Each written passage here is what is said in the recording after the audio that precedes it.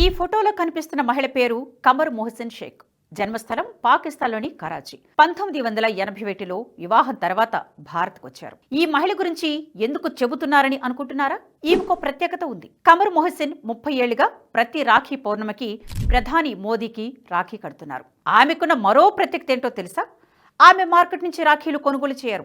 తానే స్వయంగా తయారు చేసి మోదీకి కడతారు. కమర్ మొహసిన్ కు సంబంధించిన మరో విశేషం ఏంటంటే ఈమె ఆర్ఎస్ఎస్ కార్యకర్త కూడా. ఆర్ఎస్ఎస్ లో పనిచేసిన సమయంలో ప్రధాని మోదీని తొలిసారి కలిశారు మొహసిన్. తొలి పరిచయంలోనే మొహసిన్ ను మోదీ తన సోదరిగా అంగీకరించారు. ఆ రోజు నుంచి ఇప్పటి వరకు క్రమం తప్పకుండా ఆమె రాఖీ కడుతూనే ఉన్నారు. మొహసిన్ గతంలో ఓసారి రక్షాబంధన్ రోజున మోదీ గుజరాత్ ముఖ్యమంత్రి కావాలని ప్రార్థించారట.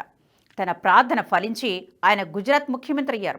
ఆ తర్వాత కలిసినప్పుడు తదుపరి ఆశీర్వాదం ఏమిటని అడిగారట మోదీ. అందుకు ఆవిడ మీరు ప్రధాని కావాలని అన్నారట. ఆమె కోరుకున్నట్లుగానే మోదీ ప్రధాని కూడా అయ్యారు. గత ఏడాది రక్షాబంధన్ కు ఢిల్లీ వెళ్లలేకపోయిన మొహసిన్ రాఖీని పోస్టులో పంపించారు. ఈసారి ఎలాగైనా స్వయంగా వెళ్లి రాఖీ కట్టాలని నిర్ణయించుకున్నారు.